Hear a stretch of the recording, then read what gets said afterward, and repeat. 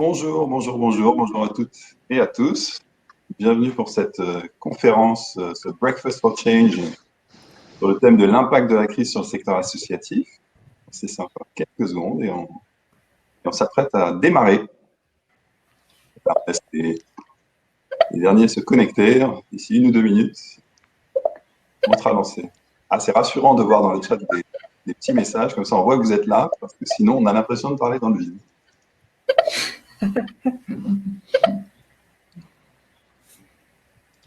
Allez, on va démarrer, ça fera venir les derniers et les dernières. Donc, encore une fois, bienvenue. C'est un peu une première pour nous. Le Breakfast for Change, c'est un événement qui devient récurrent chez Gifts for Change, où nous mettons en avant, nous mettons en lumière nos partenaires associatifs engagés sur le terrain. Et nous avons décidé, étant donné le contexte, bien entendu, de faire une première, c'est-à-dire un Breakfast for Change virtuel. J'espère que vous avez tous votre mug, votre café, vos croissants. Cette fois-ci, c'est pas nous qui allons vous les fournir, mais c'est un breakfast quand même. Donc, c'est parti. Alors, ce qui est aussi nouveau, c'est qu'on a souhaité réunir aujourd'hui 3 de nos partenaires. Vous les voyez ici, le Rire Médecin, Mille et une Fontaine, Un Toit pour les abeilles. Je vais vous présenter dans quelques instants. Pourquoi on a choisi de parler de ce thème aujourd'hui? Bien, vous l'avez peut-être remarqué, vous l'avez peut-être lu. Le secteur associatif, comme d'autres acteurs, a été très fortement touché par la crise. On a vu des alertes qui ont été remontées par certains acteurs qui les représentent, notamment, il y a une enquête de recherche et solidarité relayée par Transgénérosité qui a indiqué que près des 2 tiers des associations étaient à l'arrêt pendant la crise. Certaines étaient inquiètes quant à l'avenir de leur action. Elles ont dû tout simplement, 70% d'entre elles, suspendre leur activité et elles ont été confrontées aussi à des difficultés liées à leur financement, liées aussi à des nouveaux enjeux, des nouveaux publics que cette crise a engendré. Et donc, on a trouvé que le meilleur moyen, comme on aime bien le faire dans ces cas-là, c'est de faire témoigner 3 de nos partenaires. C'est ce que nous allons faire dans quelques minutes. Je vais commencer par vous rappeler, pour ceux qui ne le sauraient pas, celles et ceux qui ne sauraient pas qui est Gifts for Change. Ça va prendre quelques minutes, ce sera très court, et ensuite, ce ne sera plus moi qui parlerai, sauf pour poser quelques questions à nos invités. Voilà, alors Gifts for Change, nous sommes tous là derrière nos écrans respectifs, une équipe d'une douzaine de personnes. On est une entreprise qui a créé un concept qu'on appelle l'engagement par l'objet, c'est-à-dire que nous avons créé une solution qui permet aux entreprises, aux organisations de s'engager et de contribuer financièrement à des grandes causes sociales, environnementales, par le biais d'objets éco-responsables personnalisés, comme les bracelets que vous voyez ici, des porte-clés, des étiquettes de bagages, des badges, etc. En achetant ces badges et ces objets fabriqués en France, une partie de leur prix est reversée à des partenaires comme ceux que nous avons aujourd'hui invités. C'est une solution clé en main. Vous choisissez une cause qui vous tient à cœur, qui correspond à l'entreprise que vous représentez, qui est pertinente au regard de vos enjeux. Vous allez sélectionner avec nous un objet qui va être le support de cet engagement, qu'on va personnaliser pour vous. Et ensuite, vous allez pouvoir distribuer cet objet, l'offrir ou le vendre et raconter avec cet objet l'engagement que vous avez choisi de soutenir. Et ensuite, grâce à cet objet, vos clients, vos collaborateurs vont pouvoir se connecter et en savoir plus sur le projet qu'ils ont soutenu. Donc, nous souhaitons aussi par ce biais informer, sensibiliser, faire rayonner les engagements des acteurs associatifs et les vôtres en tant qu'entreprise engagée. Et puis, pour être cohérent dans notre démarche, on est très attaché à ce que nos objets soient durables, éco-conçus, donc ils sont fabriqués en France, éco-responsables, souvent biodégradables, sans plastique, sans électronique, solidaires parce qu'ils sont fabriqués par des personnes en situation de handicap, et puis on essaie de faire en sorte qu'ils soient beaux, qu'on soit fiers, donc on a un design assez poussé, un studio de création en interne, de manière à ce qu'on puisse être fiers de ces engagements. Voilà, et notre action aussi se pense comme une alternative aux objets de communication vraiment polluants fabriqués en Asie et pas très porteurs de santé. Voilà, donc quand on parle de soutien des causes, chez Gifts for Change, eh bien on considère qu'il y a plein de causes qui valent le coup d'être défendues et que c'est plutôt vous en tant qu'entreprise, vous en tant que personne qui avez des causes qui vous tiennent à cœur, et ben vous aide à travers ces actions très concrètement et très facilement à soutenir des causes telles que l'égalité femmes-hommes, l'éducation, la culture, la santé, la nutrition, la protection des espèces, des océans, et ainsi de suite. Plus de 35 partenaires, comme les 3 qui nous ont fait le plaisir de partager ce breakfast avec nous ce matin. Alors voilà, j'en viens justement à elle. On a le plaisir aujourd'hui d'avoir avec nous, euh, on a le plaisir d'avoir avec nous aujourd'hui Estelle Studer, qui est responsable partenariat et mécénat chez Le Rire Médecin, qui va nous raconter dans un instant ce que fait Le Rire Bonjour. Médecin. Mais je crois que pas mal de gens connaissent. Bonjour Estelle. Bonjour. On a Alice André, qui est responsable des partenariats à l'ONG Mille et une Fontaines, qui va aussi nous raconter ce que fait Mille et une Fontaines et comment cette crise impacte Mille et une Fontaines. Bonjour Alice. Bonjour. Et Zakia Barou, qui est chargé de la relation client de Un Toit pour les abeilles, une entreprise sociale qui depuis de nombreuses années, essaye de contribuer à la pollinisation et à la défense des petites abeilles un peu partout en France. Qui va nous raconter à la fois comment cette crise l'impact et l'innovation, les innovations que Un Toit pour les abeilles a développées pour faire face à tout ça. Bonjour Zakia. Bonjour Alexis. Allez, c'est parti. Donc, je vais donner la parole pour commencer à Estelle, que tu nous présentes en quelques minutes ce que fait Le Rire Médecin. Pour commencer, s'il te plaît, pour qu'on voit bien de quelles actions on parle. Très bien. Bonjour à tous. Merci déjà de m'avoir invité sur cet événement. Donc, Le Rire Médecin, c'est effectivement une association qui œuvre en faveur des enfants hospitalisés. Elle a été créée en 1991 par notre fondatrice Caroline Simons, qui était une étudiante américaine et artiste et qui a amené le concept du clown hospitalier en France. On sait qu'un enfant sur deux va connaître une hospitalisation avant l'âge de 15 ans et ça a créé beaucoup d'effets comme l'anxiété, le stress, l'isolement. Et on essaie de réduire ces effets délétères grâce à une hormone magique, nous on considère magique et qui s'appelle aussi l'hormone du bonheur, c'est le rire. Et c'est vraiment notre force, c'est là-dessus qu'a parié en fait notre fondatrice il y a presque 30 ans maintenant. Et donc on aide les enfants à lutter contre la maladie grâce à cette hormone. 104 comédiens clowns professionnels, donc ils sont formés à la fois artistiquement et médicalement pour pouvoir vraiment s'adapter aux pathologies des enfants, faire des spectacles sur mesure. Ils interviennent dans 40 en France aujourd'hui, 16 hôpitaux. Ils sont là 2 jours par semaine toute l'année. Donc c'est vraiment un rendez-vous régulier qu'on entretient avec ses enfants, mais aussi avec les parents, avec les équipes soignantes. On aide quand même, c'est effectivement les enfants, les bénéficiaires directs, mais on aide quand même aussi les parents parce que ce sont des périodes très difficiles à vivre pour certains. On les aide à porter un regard différent sur leur enfant, remettre la place de l'enfance, réintroduire le jeu et aussi aider les équipes médicales dans une détente générale d'atmosphère du service, mais aussi sur l'accompagnement de soins douloureux. Donc aujourd'hui, on voit à peu près 83 000 enfants par an. On espère en voir de plus en plus. C'était un peu notre but de nous développer et de faire bénéficier le plus d'enfants possible. Voilà. Donc ça, c'est notre mission principale. On a des programmes classiques dans les services pédiatriques classiques de toutes sortes, mais on a aussi des programmes un petit peu spécifiques sur la maltraitance ou sur des problèmes pour des nouveau-nés, par exemple. Donc voilà, on a aussi des projets innovants à l'intérieur de ça. Voilà pour moi. Tu peux nous décrire l'action type d'un comédien, comment ça se passe, très concrètement?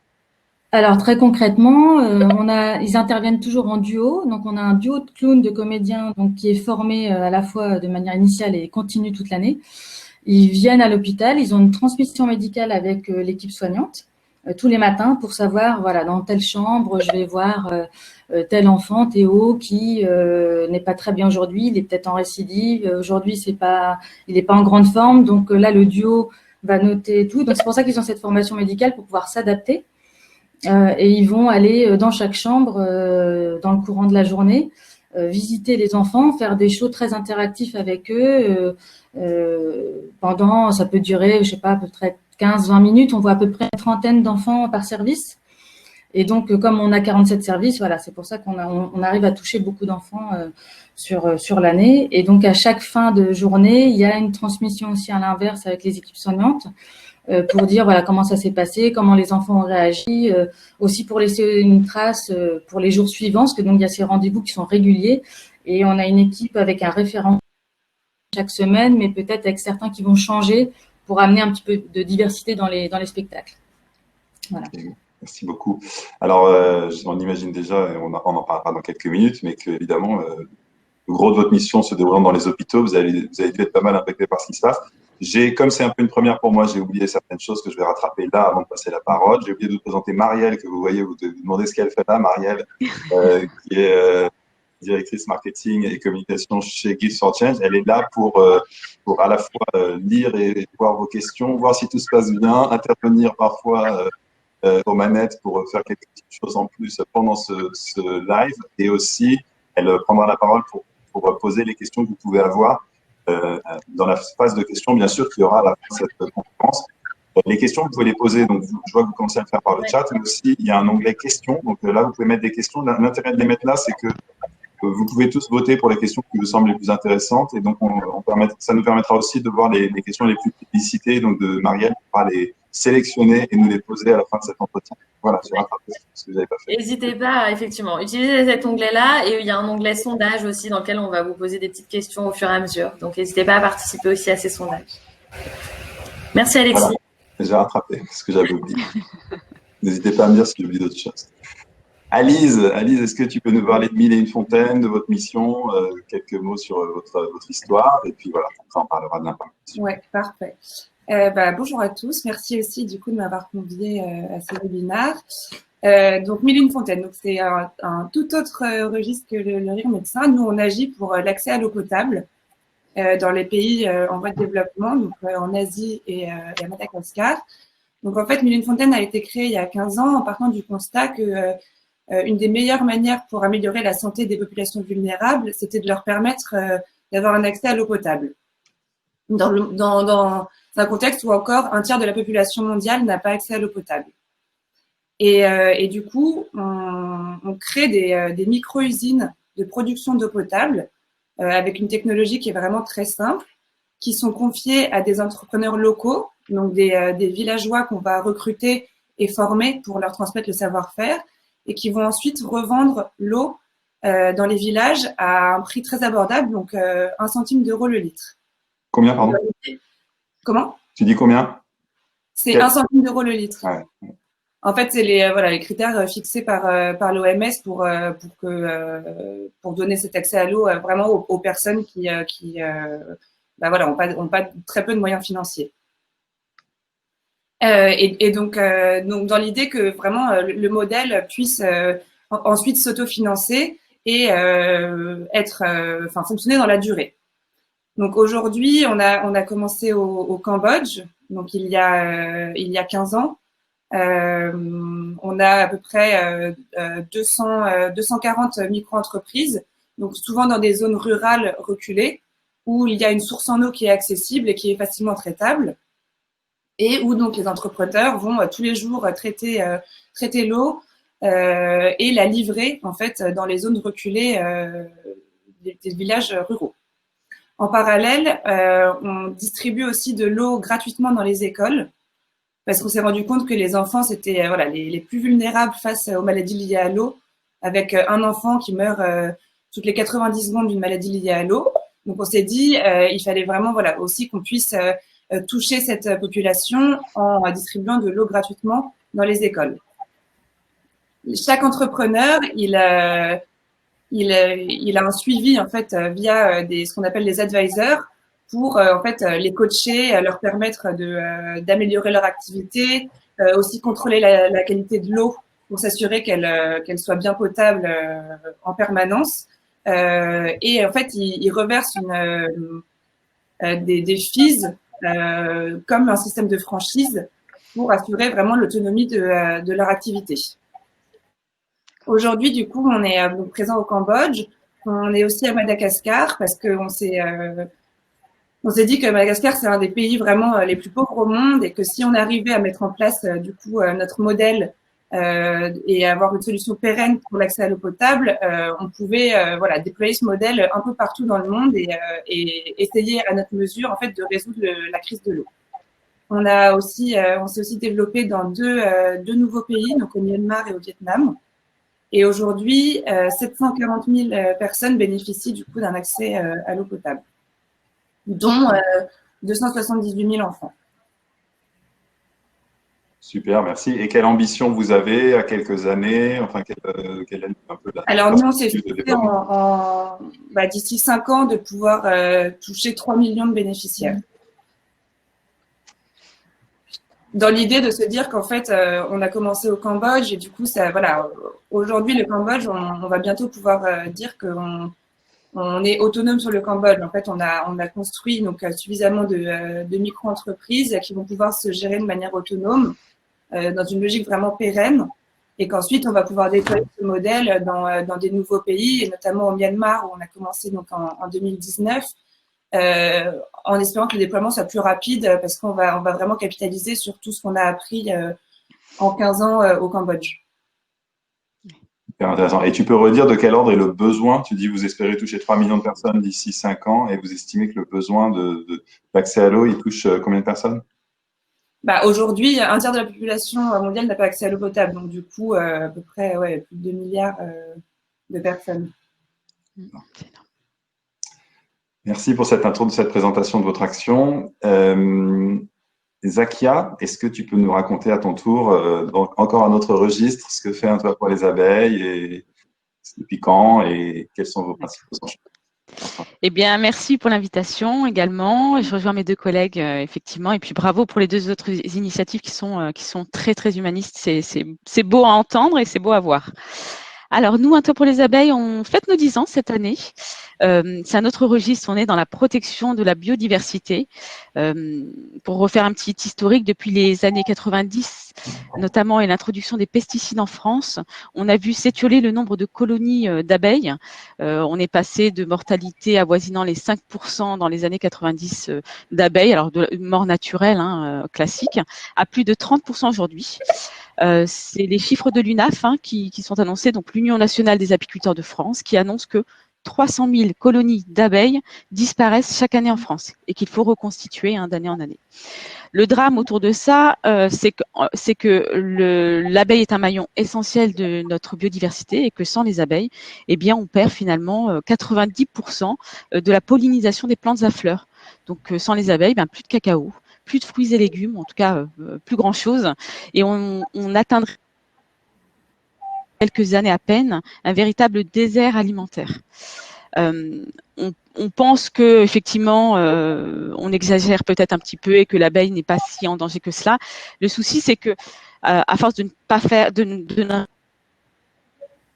compte qu'aujourd'hui, l'abeille a totalement disparu, est en voie de disparition. Notamment dans des provinces en Chine, on a vu arriver ce qu'on appelle des hommes abeilles qui viennent polliniser, faire ce travail que faisait gratuitement et naturellement l'abeille dans la nature. Et c'est l'homme qui vient remplacer cela parce qu'aujourd'hui, on a tout simplement détruit cet écosystème fragile. Alors, c'est les pesticides depuis les années 90 qu'on a introduits en France et aujourd'hui, il y a toute une loi autour de cela qui tend à réduire drastiquement l'utilisation de ces pesticides dans les épandages agricoles notamment, mais pas que. Mais on a aussi dû faire face finalement à tout un panel de facteurs d'appauvrissement de ces colonies. Donc est arrivé le varroa, le parasite de l'abeille, qui nous est arrivé en provenance d'Asie. Ensuite, le frelon asiatique, qui est un gros prédateur. Aujourd'hui, l'abeille européenne ne sait pas se défendre contre ce prédateur venu d'Asie, qui vient décimer une colonie d'abeilles. Une dizaine de frelons asiatiques peut décimer une colonie d'abeilles de plus de 40 000 abeilles en quelques minutes. Donc c'est dramatique. On a les pratiques agricoles qui ont évolué vers de la monoculture. Qui dit monoculture dit appauvrissement des ressources naturelles des abeilles. C'est comme si vous faisiez un régime alimentaire à base uniquement de protéines ou à base uniquement de végétaux. Bref, on ne fournit plus aux abeilles suffisamment de ressources, de variétés de ressources qui leur permettent de bénéficier d'apports floraux et pollen suffisamment différenciés. Et puis il y a le dérèglement climatique. Alors beaucoup disent que c'est une utopie, que ça n'existe pas, que on utilise des grands mots pour pas grand chose. Aujourd'hui, l'apiculteur, il est vraiment au front et c'est le premier finalement à se rendre compte de cette évolution du climat. Aujourd'hui, une abeille, les colonies d'abeilles suivent une saisonnalité associée à des températures, à des saisons, etc. Aujourd'hui, l'abeille devrait hiverner, donc une activité totalement réduite en hiver, c'est plus le cas aujourd'hui.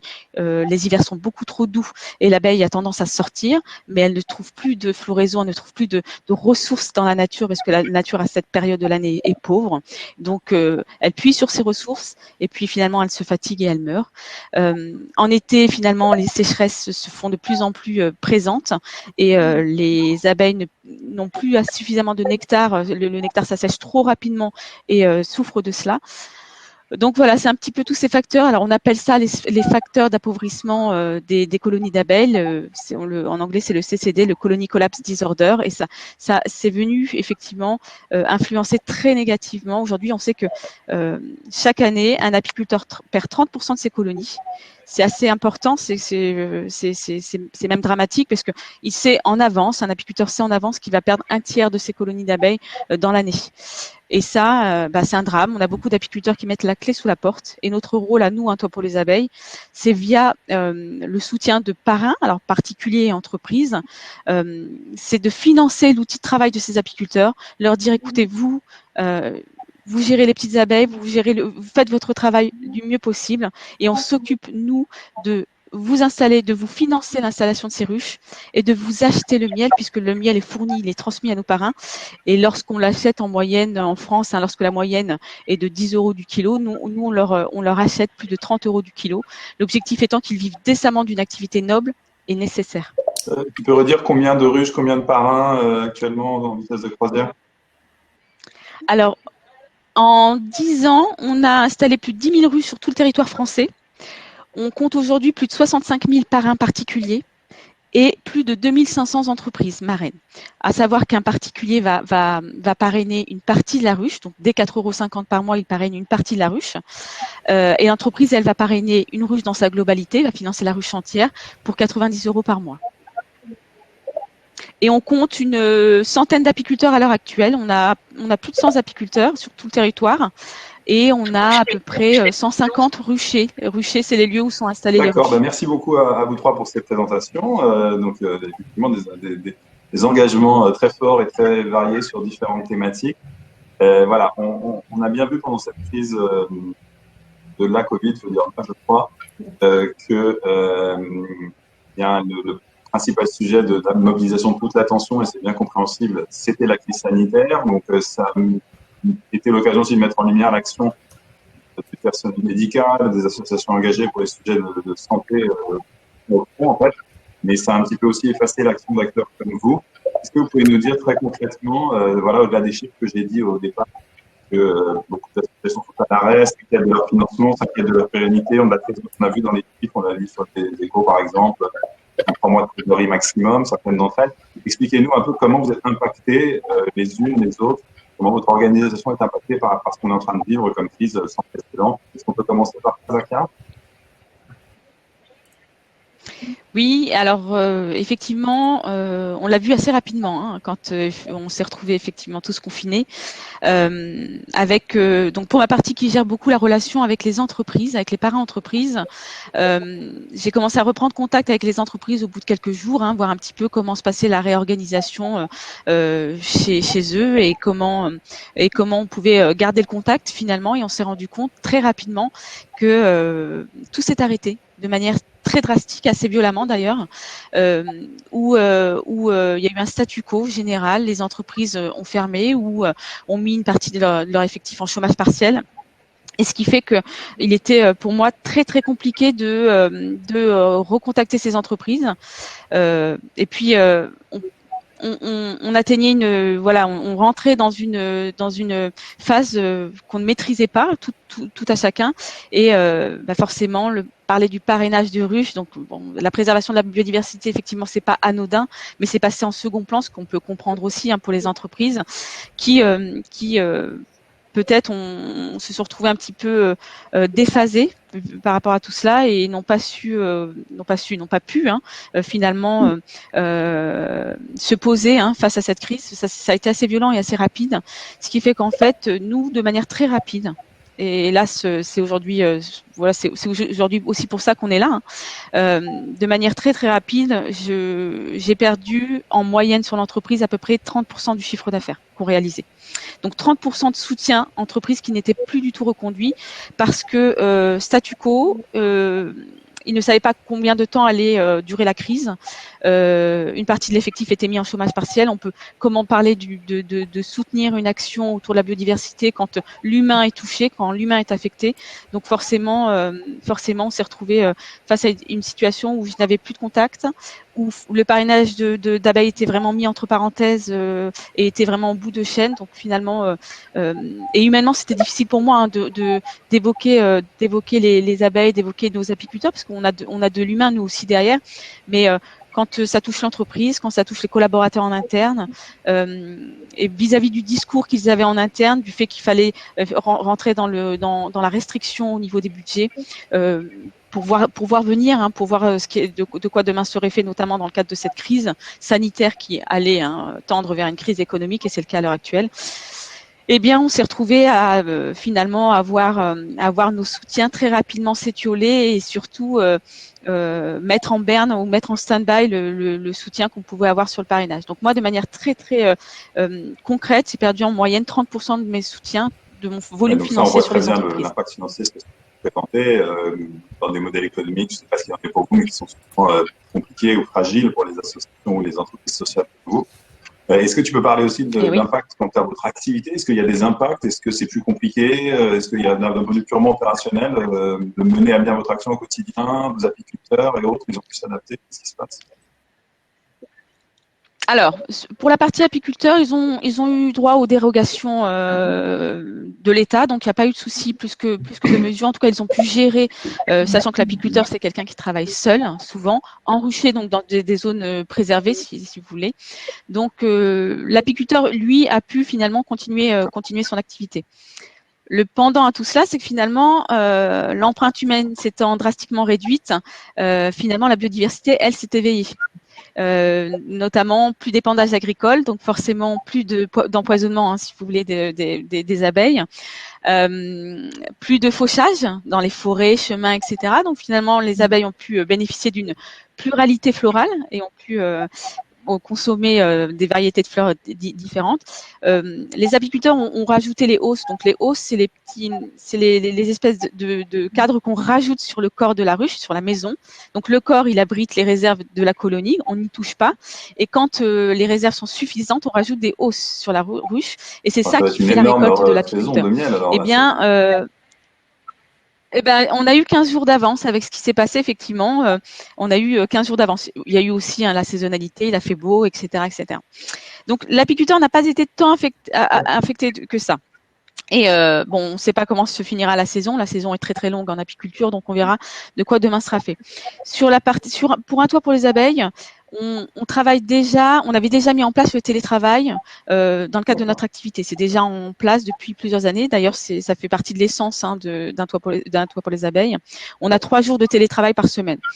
Quand on a eu écho de l'évolution de cette pandémie, très rapidement, avant même que le confinement soit déclaré, donc le fondateur Régis Lipinois nous a demandé, nous a conseillé, préconisé de rester chez soi et de mettre en place le télétravail à 100%, ce qu'on a fait. Ensuite, on s'est posé les questions au bout du premier mois, fin mars, où on a commencé déjà à ressentir la perte, notamment sur les entreprises. On s'est posé la question de savoir si on allait faire appel à l'État, mettre en place éventuellement du chômage partiel, peut-être consommer une partie de nos congés dans le cadre de ce confinement. Alors, on a beaucoup discuté, c'est beaucoup d'échanges. Un toit pour les abeilles, c'est une entreprise assez jeune avec effectivement un fondateur qui est assez avant-gardiste dans sa manière de gérer. Et en fait, on a été beaucoup dans l'échange. On était en droit de prétendre à des aides financières. Et puis finalement, bon an, mal an, alors on y viendra, mais on a réussi à maintenir quand même le chiffre d'affaires de l'entreprise grâce à d'autres voies. Et puis, alors, on s'est dit que naturellement, on n'allait pas, même si on pouvait y prétendre, on n'allait pas demander ces aides-là parce que finalement, on était tous dans une situation dramatique et il était possible que notre voisin ait encore plus besoin de ces aides que nous. Donc, on a pris le parti de se battre. Alors, là, on essuie les pertes. Le souci, c'est que les pertes, on va les essuyer sur plusieurs mois et durant comme ça une partie de l'année. Donc, bon, on se prépare à rentrer dans le dur. Mais par contre, quand on a pris cette décision-là, on était heureux de la prendre parce qu'on s'est dit, voilà, on peut on est en mesure de tenir la charge tous ensemble. Donc, laissons à des entreprises qui peut-être sont plus impactées la possibilité de demander bravo, un soutien. et on va voir, je te redonnerai la parole pour nous parler justement de ce que vous avez mis en place pour vous adapter. J'allais passer la parole à Estelle, mais j'ai l'impression qu'elle a des soucis de connexion. Elle a à nouveau été déconnectée, donc on va inverser l'ordre. Alice, est-ce que tu peux nous raconter comment cette crise a impacté Mille et une Fontaines, voilà, ce que ça a eu comme conséquences très concrètes pour vous, d'un point de vue déjà sur le terrain et puis en termes de financement peut-être. Ouais.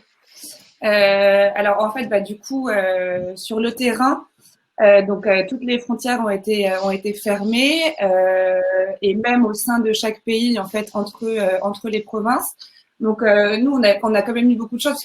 Comme on est un service de première nécessité, en fait, toutes les micro-entreprises, donc on appelle water kiosques, ont pu continuer à fonctionner et à livrer l'eau. Donc on a vraiment dû en fait plutôt s'adapter en fait en renforçant les règles sanitaires, en distribuant des masques, des gels hydroalcooliques, des savons à tous les entrepreneurs et tous les staffs, en réadaptant aussi les horaires d'ouverture et de livraison, en évitant les rassemblements et en faisant beaucoup plus de porte-à-porte.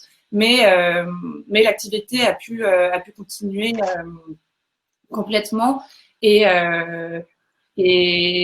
d'ailleurs, on a eu, voilà, les ventes d'eau en fait ont eu des très bons résultats.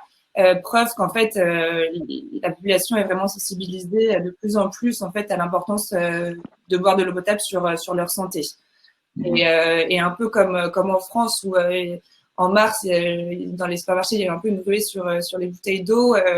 Voilà, on a constaté un peu la même chose où les populations se sont, voilà, on vient acheter de l'eau potable en fait dès mars pour donner une conscience en fait de l'importance de l'eau sur la santé dans cette crise sanitaire. Après, toutes les écoles ont fermé, donc ça a été un vrai, c'est un vrai enjeu pour nous encore aujourd'hui parce qu'elles ont réouvert au Vietnam, à Madagascar, mais au Cambodge, elles sont encore fermées. Parce que voilà, donc on touche, cette année, on a touché donc 278 000 enfants en leur permettant de boire tous les jours de l'eau à l'école. On a fait des études comme quoi ça permettait de réduire l'absentéisme, ça leur permettait d'avoir des meilleures capacités de concentration, d'être plus présent en classe. Et donc là, c'est un vrai enjeu parce que du coup, on n'a plus tellement la main sur ces enfants et qu'est-ce qu'ils vont du coup boire au quotidien. Tu vas nous dire après comment vous êtes adapté, mais en effet, donc en fait, vous ne pouviez plus du tout au quotidien vous apporter l'eau dans les écoles, et là, vous ne saviez plus comment, dans un premier temps en tout cas, atteindre ces enfants qui n'allaient plus à l'école, quoi. Ouais, comme tout a été fermé. C'était aussi du coup le fait que toutes les écoles soient fermées, ça pouvait un peu menacer l'activité des entrepreneurs parce qu'en général, ils livrent 20% de leur production dans les écoles. Donc voilà, mais je dirais après comment on s'est adapté. Et puis la directrice de notre activité au Myanmar a été coincée en France à cause de la fermeture des frontières. Donc là, voilà, on a géré à distance, ce qui n'est pas toujours non plus évident. Et après, d'un point de vue financier, c'est sûr que comme je pense toutes les structures qui ne sont pas directement dans des activités dans médical ou dans la santé, on est aussi impacté. Nous, on a plusieurs sources de financement et c'est vrai que les entreprises en fait ont pas mal gelé leur engagement sans les annuler, mais c'est vrai que pour le moment c'est très flou et en fait, même si aujourd'hui ça va encore, on a vraiment peur en fait pour l'année prochaine. Vous avez parmi vos différentes sources de financement, lesquelles ont été les plus réduites là? Les entreprises et individus. En fait, là, je ne sais pas si c'est le cas aussi pour Zakia et Estelle, mais nous on est en pleine, ce qu'on appelle la campagne IFI.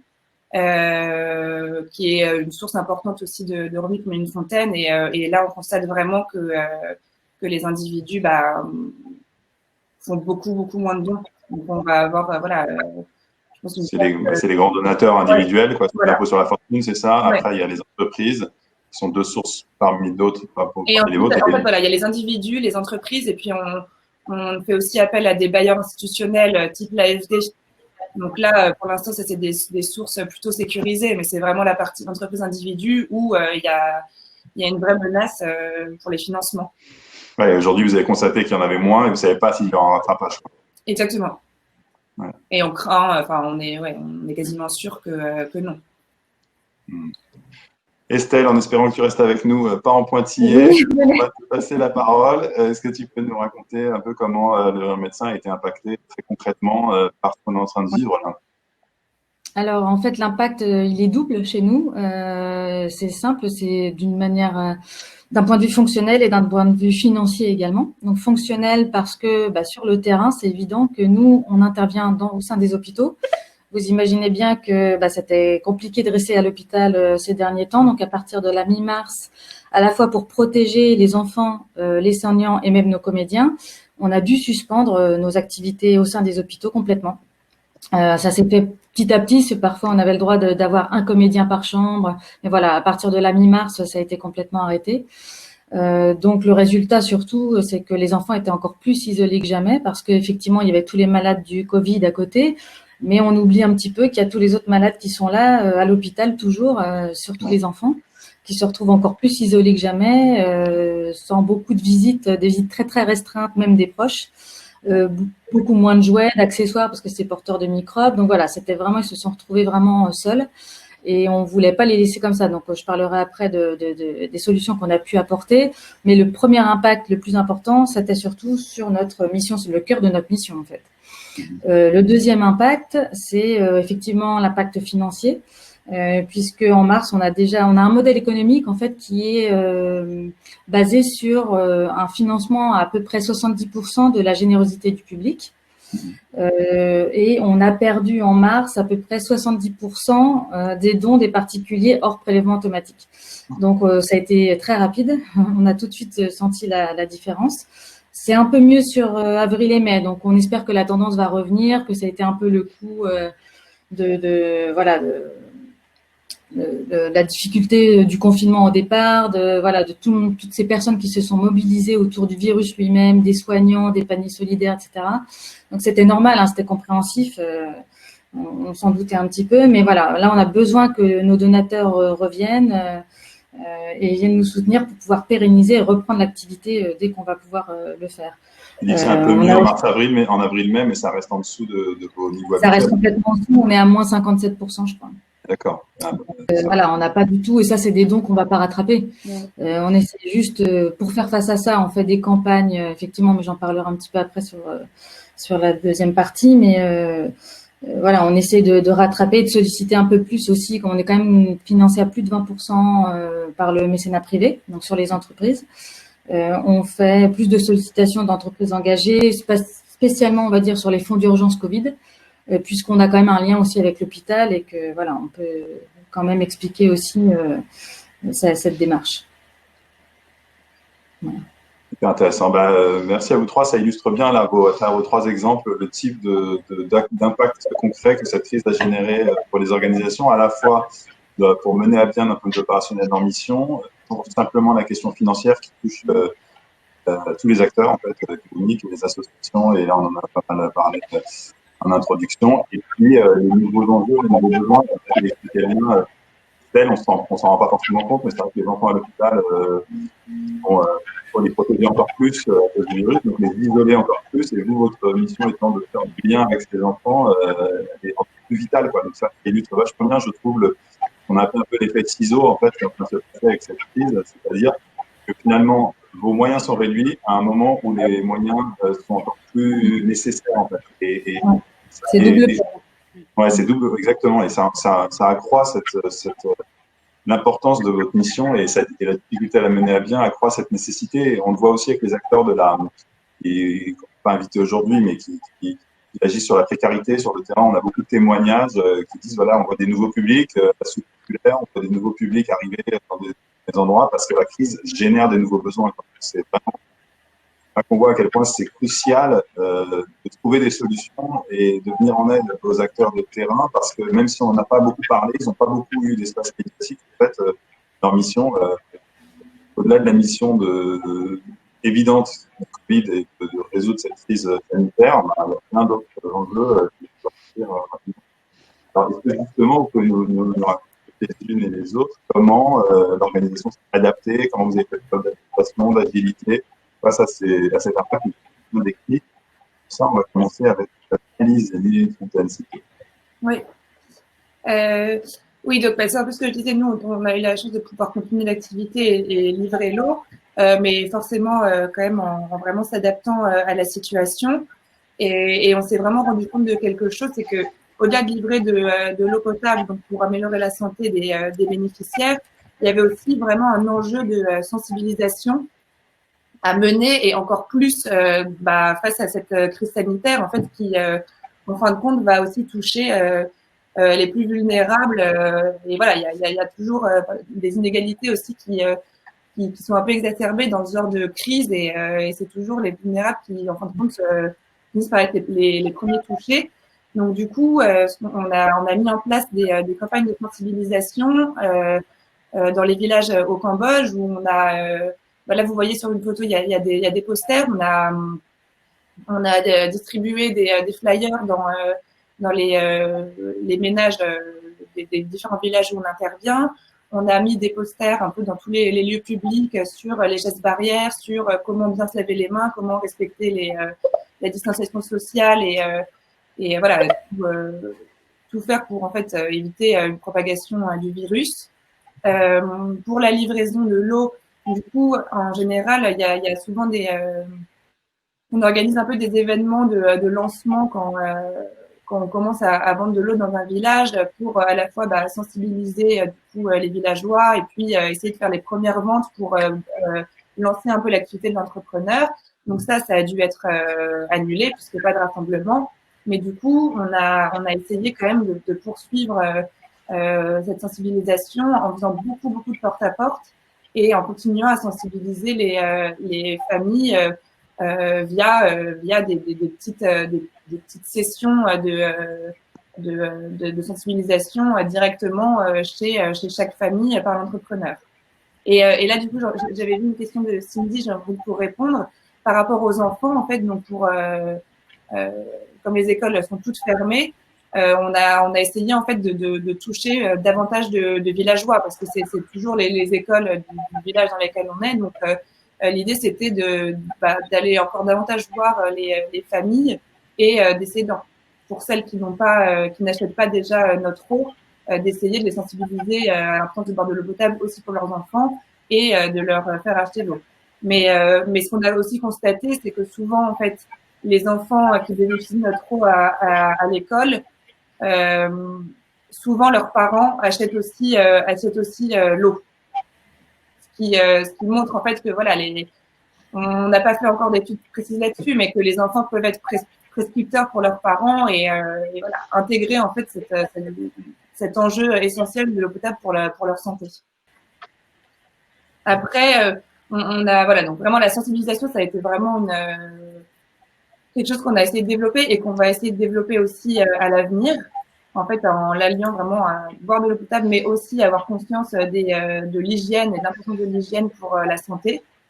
Ensuite, à Madagascar, on a aussi distribué de l'eau pour les autorités locales en charge de la crise du Covid. Donc, on a un peu participé à l'effort collectif, on va dire, en donnant gratuitement notre eau pour essayer d'aider comme vous pouvez à freiner la propagation du virus.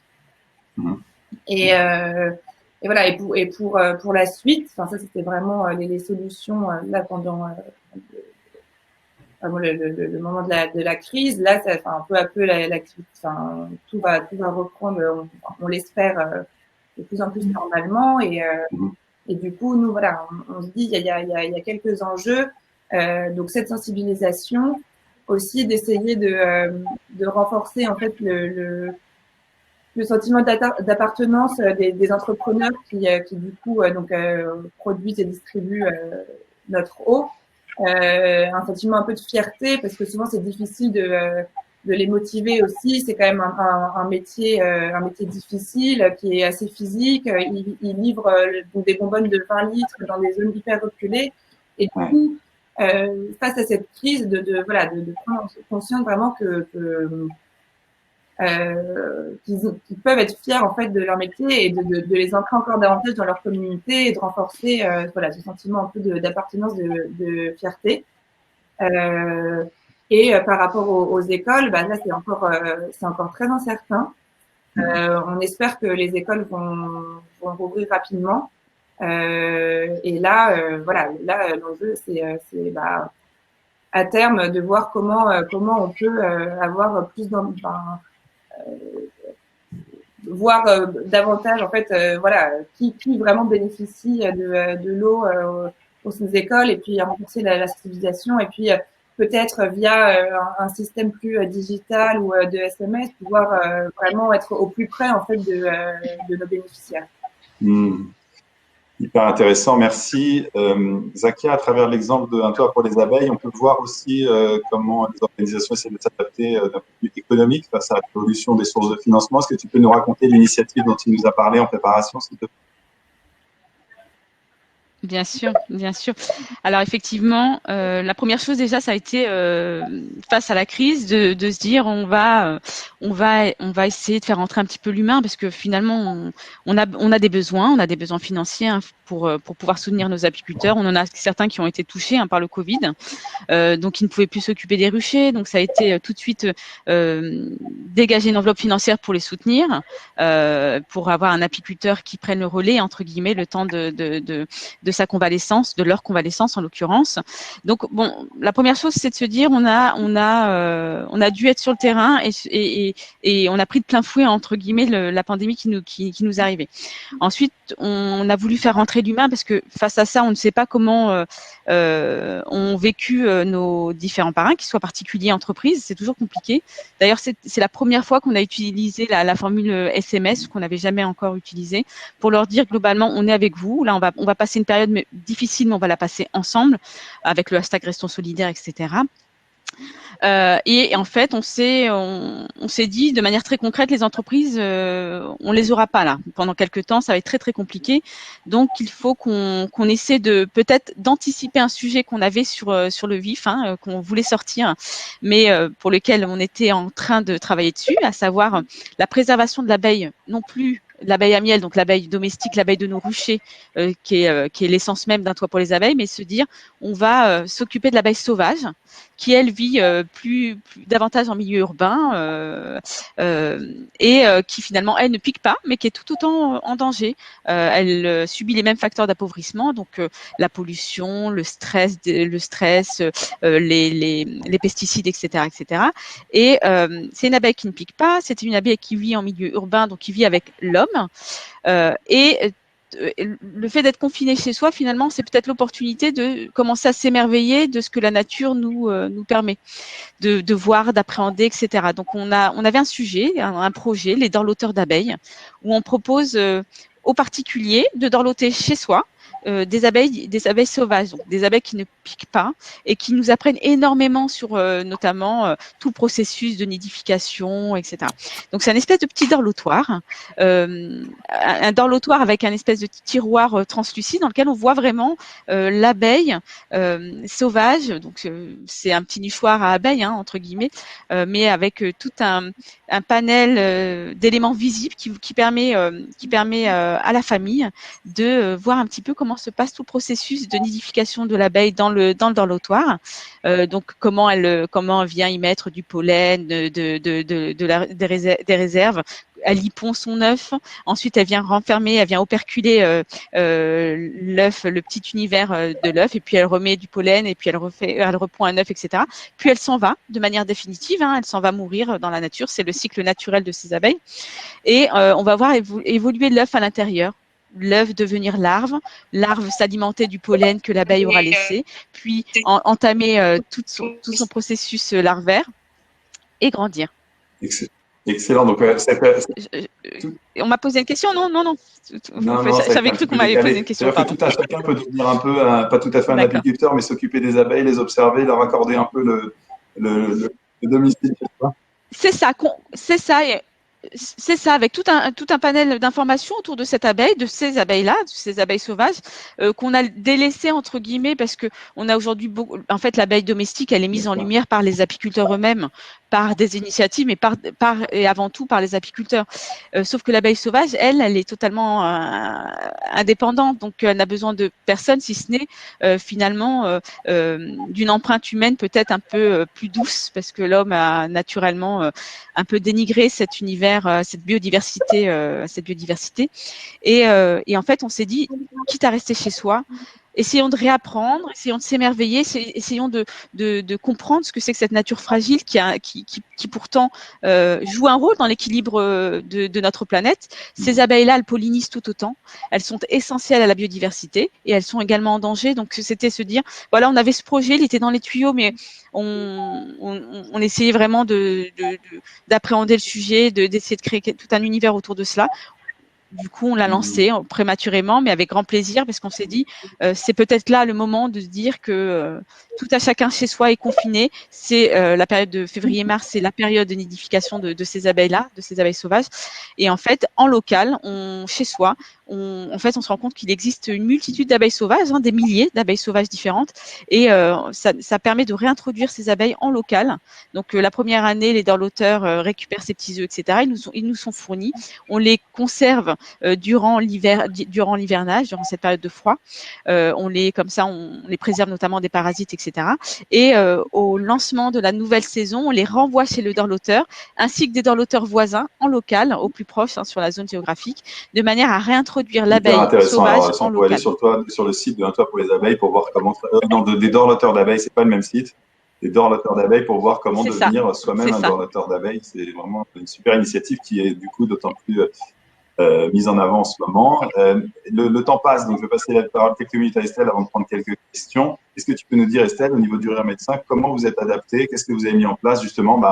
Il y avait cette question notamment pour que les enfants, les comédiens ne pouvaient pas aller visiter, continuent à avoir quand même un lien. Est-ce que tu peux nous raconter ces idées? Oui, se réinventer complètement. On a le principal objectif était de ne pas perdre le lien avec l'hôpital, avec les enfants surtout et avec les soignants. Donc, ce qu'on a fait, toute l'équipe s'est mobilisée et beaucoup les comédiens bien sûr. Et donc, on a créé 2 chaînes YouTube sur lesquelles on a dont une dédiée pour les enfants, une dédiée aux soignants, sur lesquelles on poste des vidéos des comédiens qui font en confinement chez eux. Au rythme de 2 fois par semaine. Et là, aujourd'hui, on a plus de 300 vidéos en ligne, on a plus de 23 000 vues sur la chaîne enfant, plus de 8 000 sur la chaîne soignant, donc ça marche très bien, on a des super témoignages. Voilà, ils ont vraiment dû faire un effort créatif incroyable pour vraiment se remettre en question aussi au niveau artistique.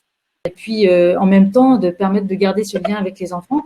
Et on a voulu aller aussi plus loin, en plus de ces vidéos qui sont à la fois chouettes, mais peut-être pas assez interactives, des rendez-vous en visio, donc en live. Donc, ce sont des rendez-vous qui sont organisés via les soignants avec les enfants, les familles et des duos de clowns qui sont chez eux et qui prennent rendez-vous à telle heure et puis ils ont un créneau de 15 minutes ensemble à partager où ils peuvent prendre rendez-vous qu'ils veulent, souvent celui de sa région, celui qui viennent les visiter à leur hôpital.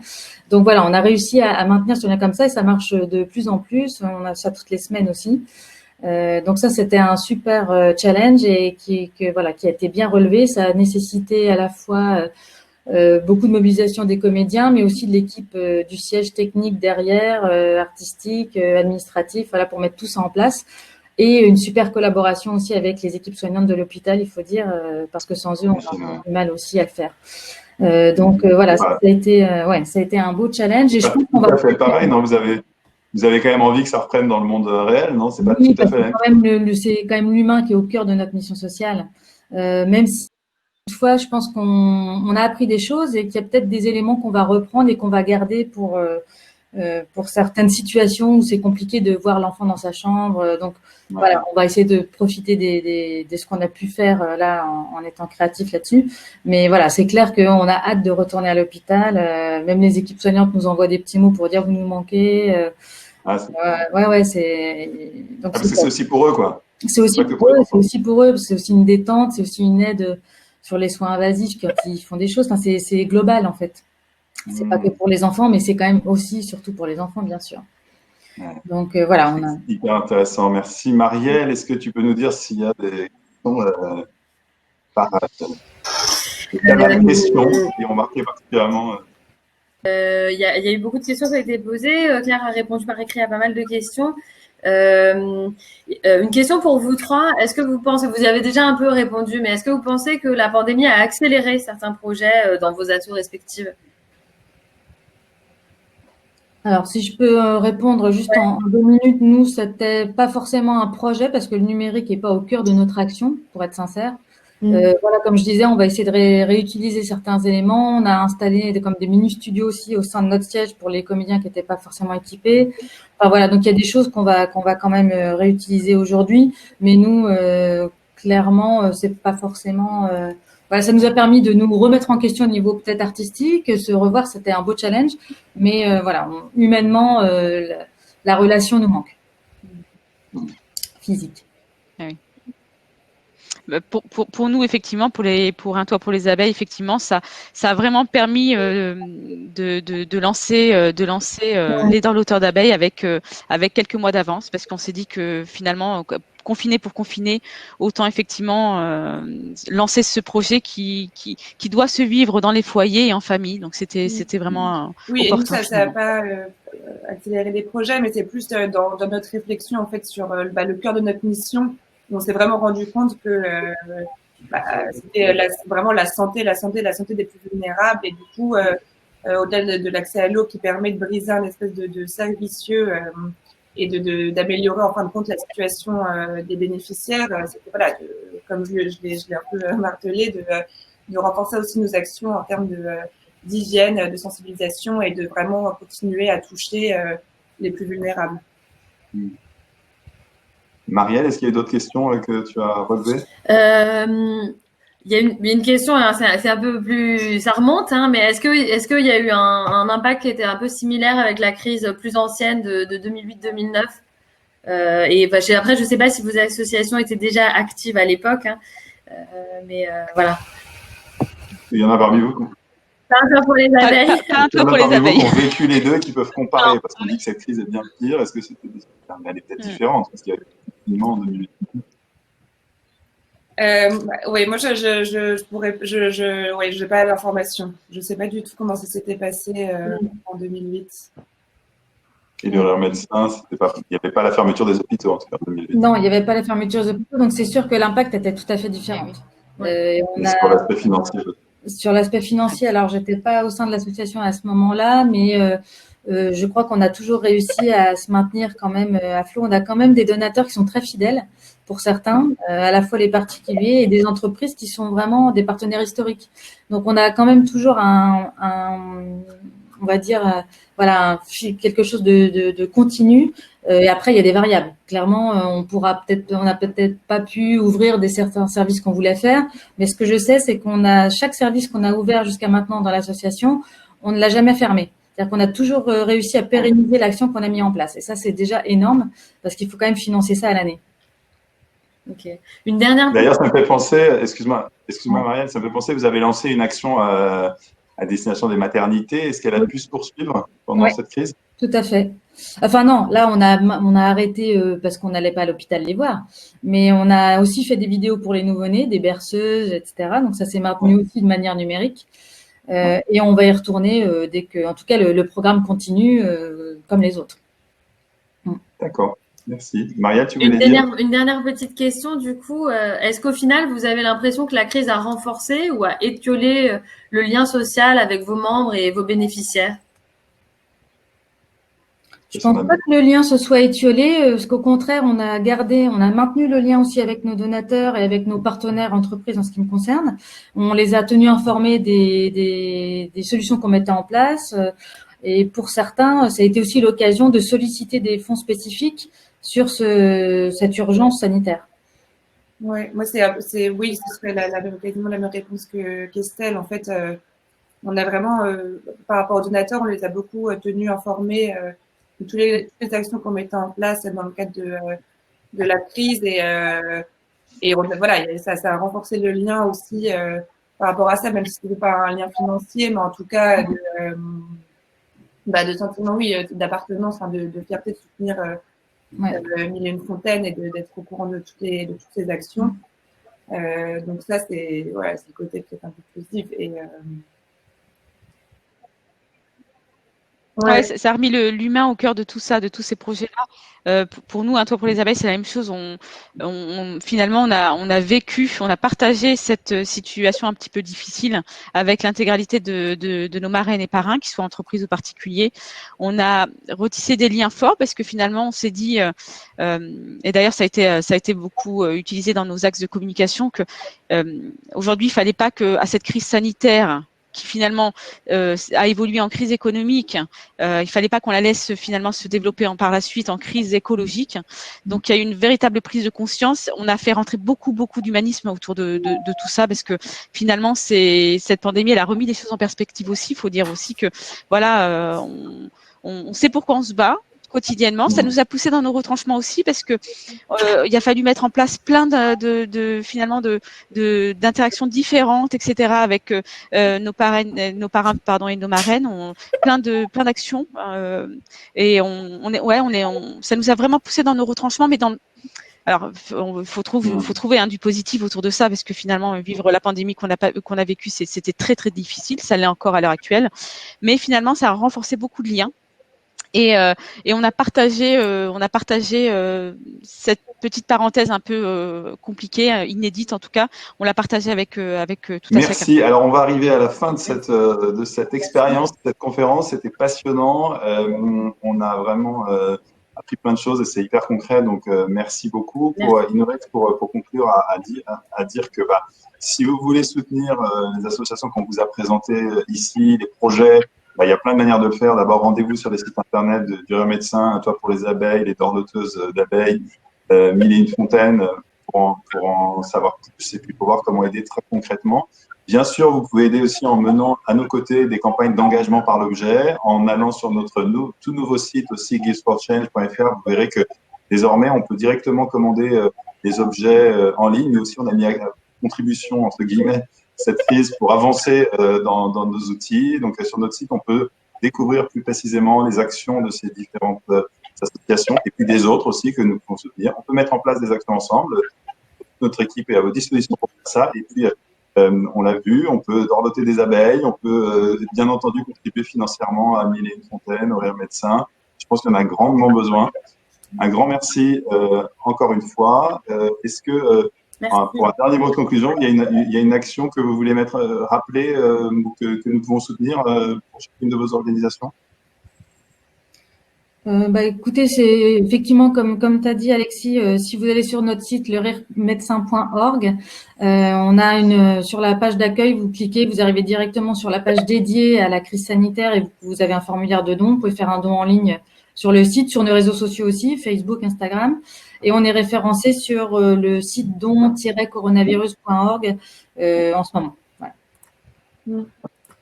Alice, Zakia. Moi, juste rappeler que si là, les écoles sont fermées, on espère qu'elles vont rapidement rouvrir. Et en fait, ça veut dire que 2 €, ça permet de donner de l'eau potable pendant 1 an à un enfant.